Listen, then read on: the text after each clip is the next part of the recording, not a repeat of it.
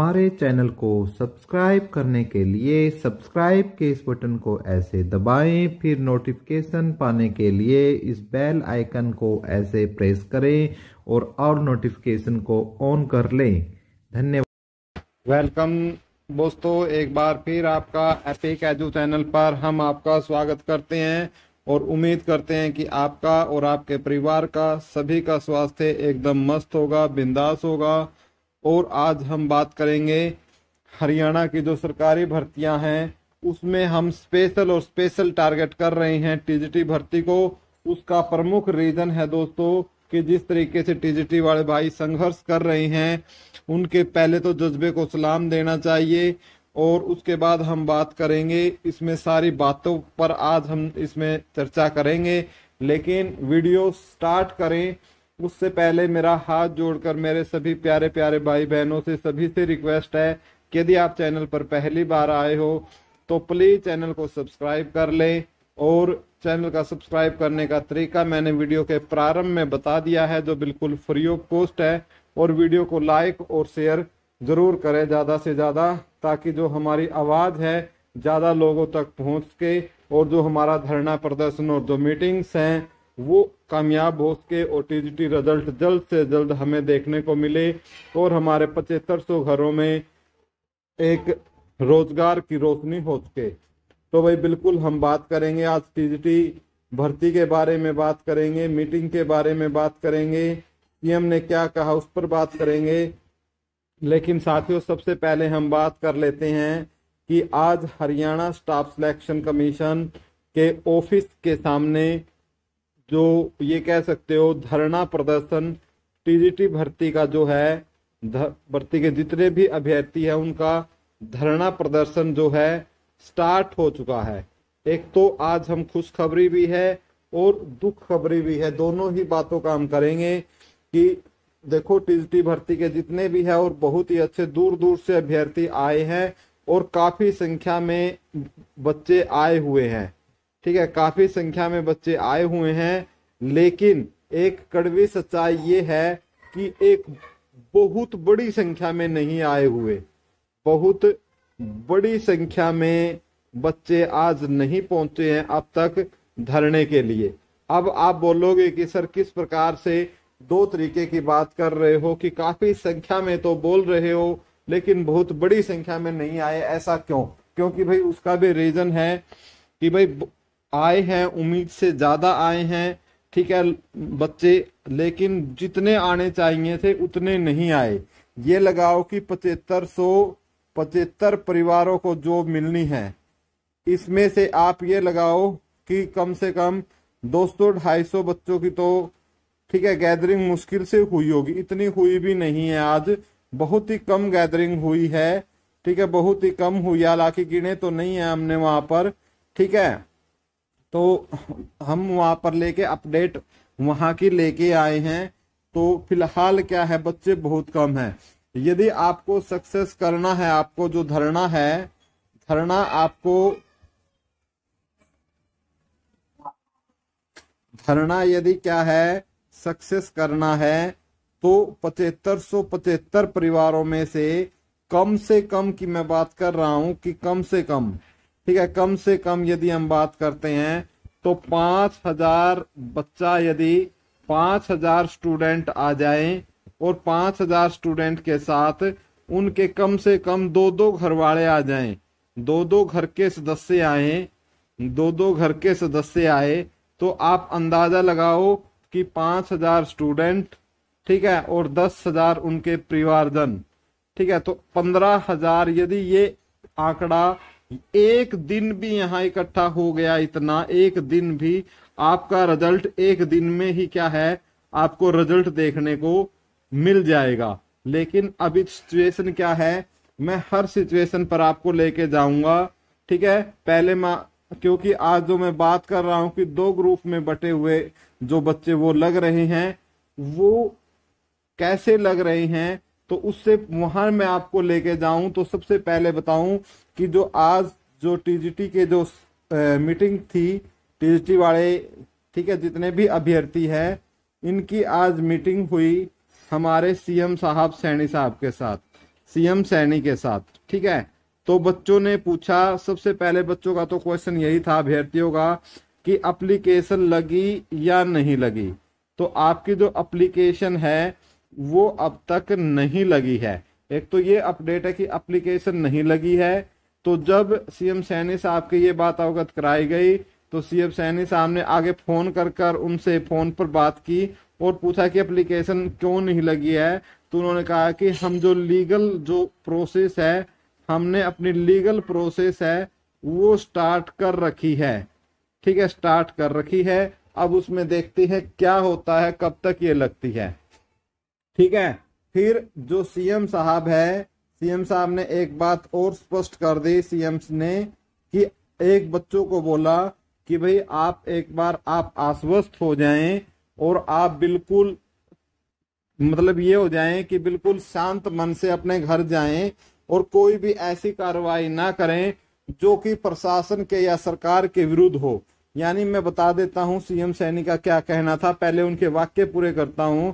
उन्होंने बच्चों से बोला है कि आप हमें 10 दिन का समय दीजिए।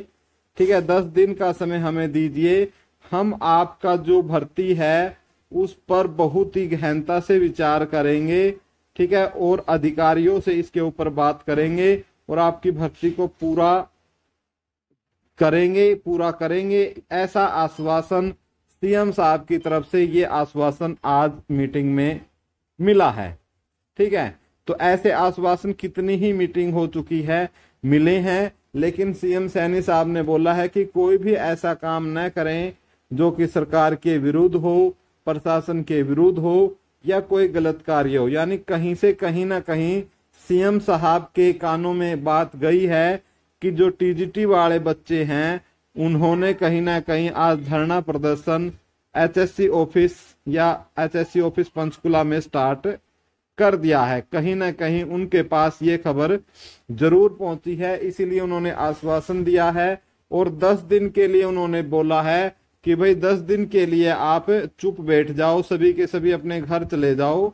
ठीक है, उस पर हम काम कर रहे हैं। लेकिन साथियों, मैं एक बार फिर इसी बीच में आपको याद दिलाना चाहूंगा कि कुछ दिन पहले ही मीटिंग हुई थी जिसमें राजेश खुल्लर जी भी थे। ठीक है, राजेश खुल्लर जी भी थे और ये कह सकते हो उसके अंदर भारत भूषण भारती जी भी थे। ठीक है, भारत भूषण भारती जी भी थे, हमारे एजी साहब भी थे, हमारे डीएजी साहब भी थे।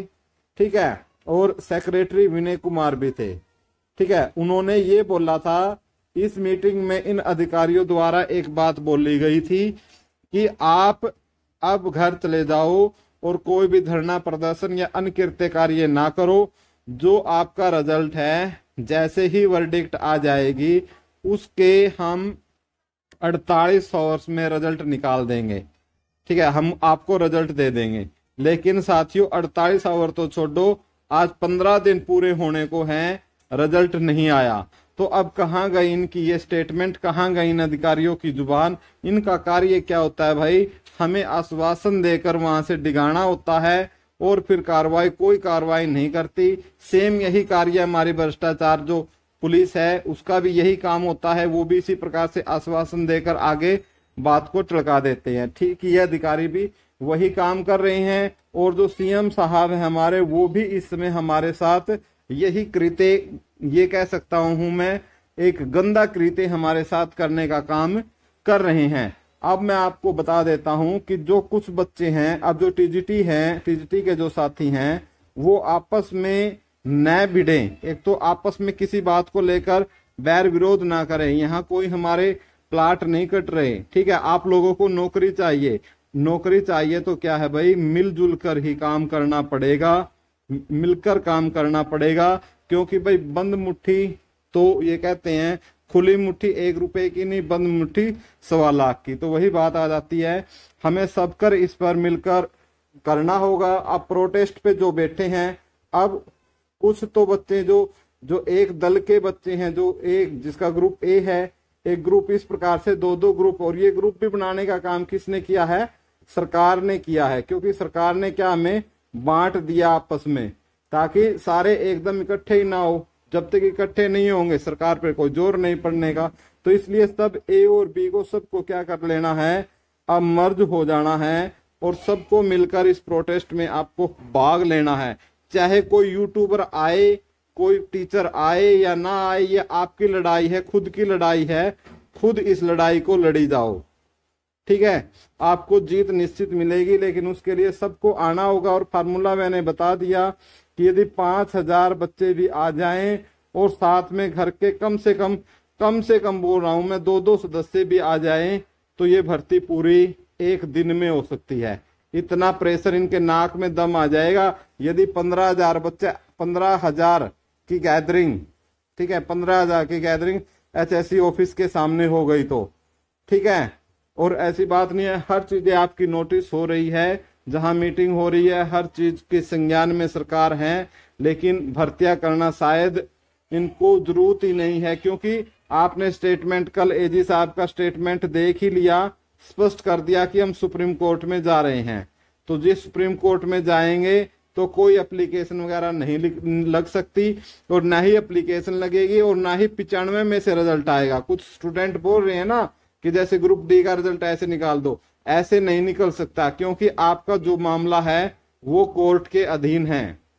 यदि 95 में से आप रिजल्ट कैसे निकाल दें, ठीक है। यदि कल सुप्रीम कोर्ट में से जीत जाते हैं, ठीक है, और क्योंकि उस पर पहले से ही उसके ऊपर स्टे लगा हुआ है, ठीक है, पहले से ही क्या है उसके अंदर स्टे लगा हुआ है, तो इस प्रकार से हम बोल सकते हैं कि जो सीधी सुप्रीम कोर्ट में भी जाएगा, पहली हियरिंग तक, जब तक फर्स्ट हियरिंग नहीं होती उसके ऊपर, ठीक है, फर्स्ट हियरिंग नहीं होती, या कह सकते हो आप एक इसमें लैंग्वेज की टर्म में बोलते हैं, वकीलों की टर्म में, कि जब तक अंतरिम आदेश नहीं आ जाता, जब तक अंतरिम आदेश नहीं आ जाता तब तक क्या है स्टे बना रहेगा, स्टे नहीं हटने वाला, ठीक है। आप क्या सोचते हो कि आप हाई कोर्ट का फैसला मानकर सरकार रिजल्ट निकाल दे, लेकिन हाई कोर्ट तो फैसला सरकार मान ही नहीं रही है, फिर रिजल्ट कैसे निकाल देगी। तो ये कुछ टेक्निकल्स बातें हैं, बहुत से विद्यार्थियों के पल्ले नहीं पड़ती, ठीक है। फिर भी हमारा काम बताने का होता है, आपको गुमराह करने का नहीं होता। इसका अभी जो इलाज है वो इलाज जो आप बांधने लग रहे हो कुछ विद्यार्थी पंचकुला पहुंचकर, ठीक है, तो वही इनका इलाज है। आप बांधो, पंचकुला में बैठो। अभी आपकी तो छुट्टियां भी हैं, जो प्राइवेट स्कूलों में लगे हुए हैं उनके लिए भी फायदा है, वो भी फ्री है, ठीक है। तो बैठो, यदि आपको जॉब जल्दी चाहिए तो, और आपको लगता है जॉब नहीं चाहिए, फिर अपना भाई घर पर एसी चलाओ या कूलर चलाओ, ठीक है, और इस 24 डिग्री सेल्सियस में घर मजे लो, ठीक है।